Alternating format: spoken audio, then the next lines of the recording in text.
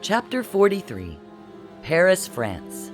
Late afternoon, July 13th, 1789. Twice Bill was turned away from the Bastille. First, warned by a helpful prostitute to try again in the morning, when no one responded to his frantic knocks on the fortress gate the evening prior. After which, Bill wound up back in the park where he'd arrived, fashioning a Karankawan wickiup from a patch of young saplings.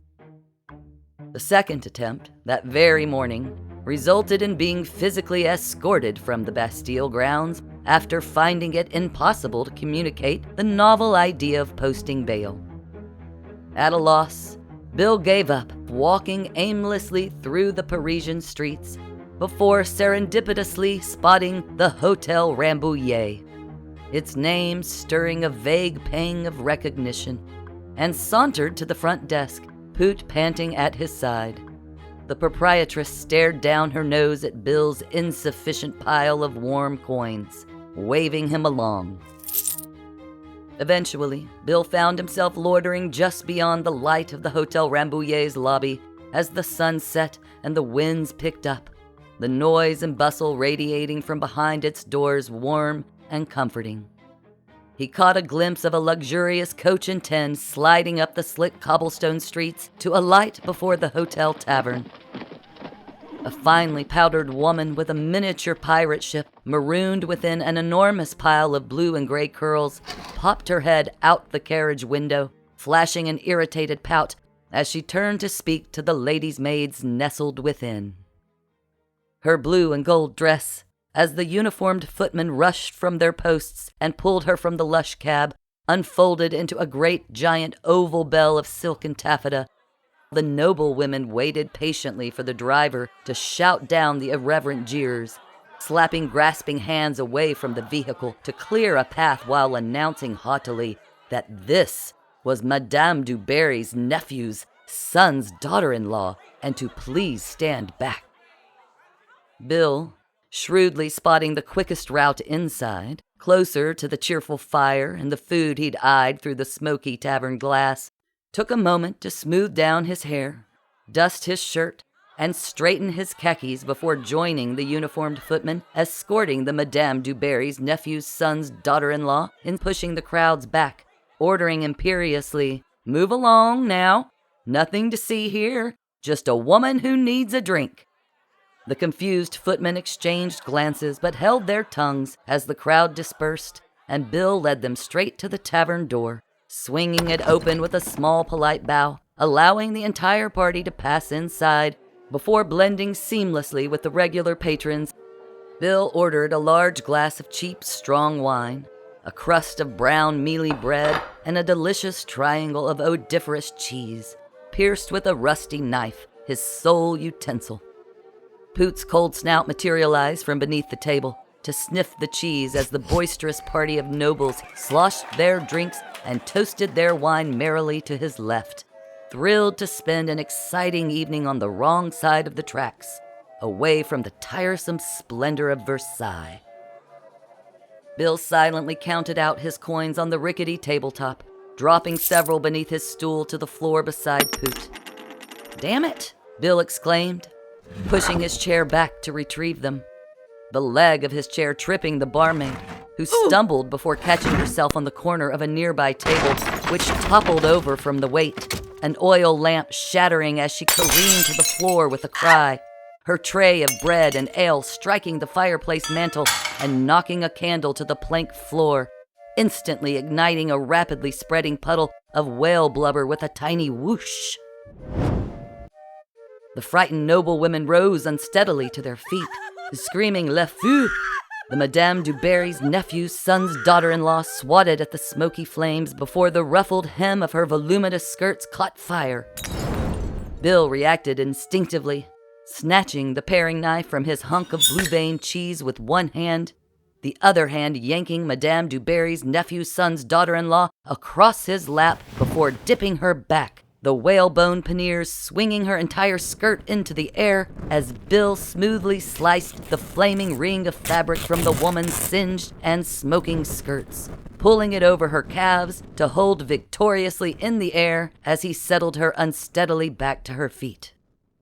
Poot, barking madly at the circle of fire, spotted the unguarded cheese on the table behind Bill and launched herself nimbly into the air, defying known physics while sailing through the burning ring of taffeta-covered whalebone to land unscathed, gulping down the cheese in one great victorious swallow to cheers for her latest trick, because she was a very good girl.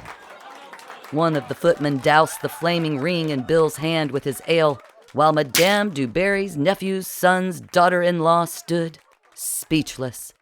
Bill gallantly kissed her hand before she tossed him a purse of coins with a sensuous wink. Bashfully reclaiming his stool, Bill heard the patrons whispering, "Oui, I knew it was him. It's him, of course. It's the jester of Rambouillet," demanding excitedly, "You, the jester of Rambouillet, you must perform for us here now, alons." The crowd chanted, "American! American! Chantez!" searching every recess of his mind for some talent, a pithy monologue, a rousing song, words to anything. Dearly beloved," he blurted, the crowd quieting to hear. "We're gathered here today to get through this thing called life. Electric word, life, before launching into a passable a cappella rendition of Let's Go Crazy by Prince." That was quite the show, a vaguely familiar voice remarked, its owner dabbing his nose with a scented kerchief as he took the seat beside Bill. "I thought you were with us." Bill guffawed, recognizing the helpful, mysterious man from the park the day before. What had Delphine called him? Jack? No, Jacob. "Are you a time traveler, too?" "Ah, yes, I forget you Americans are a funny lot, aren't you?" The man chuckled, though the smile never quite reached his eyes. "Look, are you with us, or are you not? We were depending on funds from Marivelle, but he never arrived to our meeting." Bill admitted sheepishly, "I have to admit, I'm not 100% clear on your politics here about there, Jacob, but I can tell you not to expect Marivelle at any of your society meetings anytime soon. He's been arrested." The man he called Jacob inhaled sharply. "This uncle of yours, he was with Marivelle then?" "Yep," Bill sighed. Jacob was actually named Thomas Boucher. His sainted mother had been English, and his father, Henri Boucher, was obviously French, and a known trader exiled in Scotland. Thomas, therefore, had complicated political leanings and odd feelings about both the French and the English, never fully siding with nor rejecting either if he could make a profit. Therefore, while spying for the English crown, he was also quite active on both sides of the rapidly shifting factions of current French politics, and concurrently neck-deep in planning the French Revolution. "Do you know where they've taken them?" he pried. "The Bastille?" Bill shrugged, warning. "But don't bother trying to bail them out. I've already been turned away twice. Is that bad?" "It's not good. The Bastille is a fort," he chuckled morbidly, explaining. "But not just a fort. A prison, where the French king keeps his political enemies, all the weapons in the city, and, most importantly, all of the gunpowder. Because the king is a tyrant. You must join us tomorrow in the park at dawn and give one of your inspirational speeches, Bill. Then we storm the Bastille and free your uncle and Marivelle. Let the revolution begin." "Viva la Revolution," Bill toasted, promptly passing out into his loaf of bread. "What a strange man," Madame du Barry's nephew's son's daughter-in-law murmured dreamily over her sausage and porridge the next afternoon, before news of the Bastille reached them. "Was he really an American like they said? her lady's maid pride with a jealous sigh. No, she murmured, touching the hand to her cheek he'd kissed after saving her from certain death. He said he was a Texan.